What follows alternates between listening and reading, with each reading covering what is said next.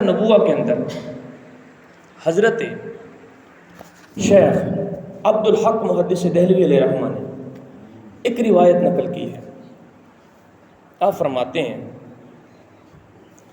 کہ ایک شخص مدینہ میں رہتا ہے، اس کی بیٹی کی شادی ہے، ابھی وہ بازار میں نکلا خوشبو لینے کے لیے، مگر اس کو خوشبو نہ ملی۔ جب کہیں سے خوشبو نہ ملی تو پہنچا دربار مصطفیٰ میں آیا، حضور علیہ السلام کی بارگاہ میں پہنچا، جا کر اپنی عرضی پیش کی، یا رسول اللہ صلی اللہ علیہ وسلم، یا رسول اللہ صلی اللہ علیہ وسلم، مجھے خوشبو کہیں سے نہیں ملی، تو آپ کے پاس اگر خوشبو ہے تو ہمیں عطا فرما دیے۔ حضور نے فرمایا کوئی ڈبیا یا شیشی لائے ہو؟ کہا جی ہیں یا رسول اللہ، یہ میرے پاس شیشی موجود ہے۔ حضور نے اپنا پسینہ مبارک اس شیشی میں بھر کر دے دیا، اپنا پسینہ مبارک اس شیشی میں بھر کر دیا، فرمایا جاؤ یہ لے جاؤ، جا کر اپنی بیٹی کو دے دینا، وہ لگا لے۔ گھر گئے، گھر میں پہنچے، بیٹی کو کہا بیٹی یہ تیرے لیے خوشبو لے کر آیا، قربان جاؤں اس دلہن پر جس کو پسینہ مصطفیٰ نصیب ہو رہا ہے، قربان جاؤں اس کے مقدروں پر جس کے لیے مصطفیٰ کریم اس کی خوشبو کا انتظام فرما رہے ہیں۔ اب بیٹی کے پاس آیا، بیٹی کو آ کر کہتا ہے یہ خوشبو میں تیرے لیے لے کر آیا ہوں۔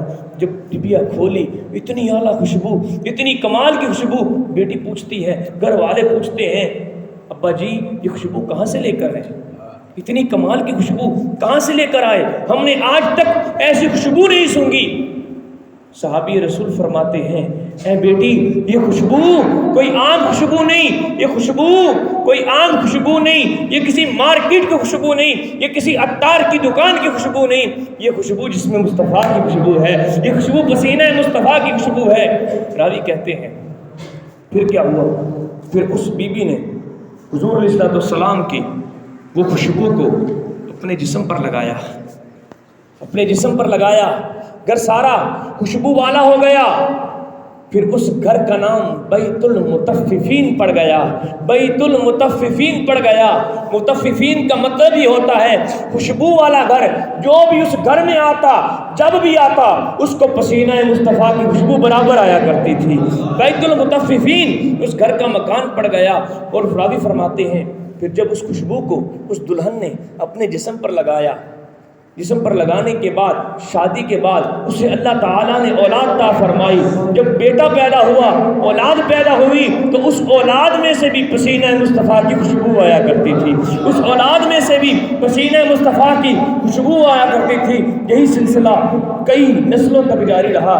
اعلیٰ حضرت نے یوں ہی تو نہیں فرمایا سرتاب قدم ہے شہ سلطان زمن پھول، سرتاب قدم ہے شہ سلطان زمن پھول، لب پھول دہن پھول بدن پھول زکن پھول، تن کا بھی ہمارے تو ہلائے نہیں ملتا، تن کا بھی ہمارے تو ہلائے نہیں ہلتا، تم چاہو تو ہو جائیں سبھی کو ہو مہن پھول، تن پھول بدن پھول دہن پھول زغن پھول، صدقے میں تیرے باغ تو کیا لائے ہے بن پھول، اس گنچہ دل کو بھی تو ایمان کی بن پھول، تن پھول بدن پھول دہن پھول زغن پھول۔